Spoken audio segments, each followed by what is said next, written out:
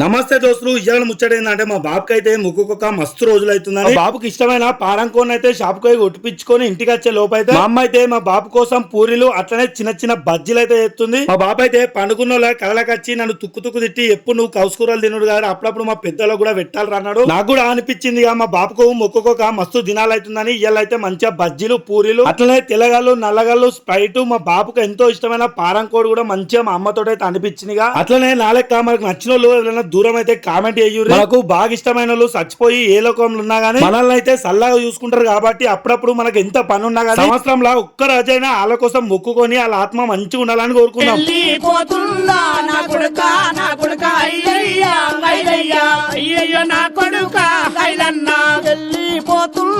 నా కొడుక చిన్న కొడుక మొయిలన్నా మొయిలన్నా చిన్న కొడుక మొయిలన్నా మొయిలన్నా లచ్చవ్వా లచ్చవ్వా నీ వెళ్ళిపో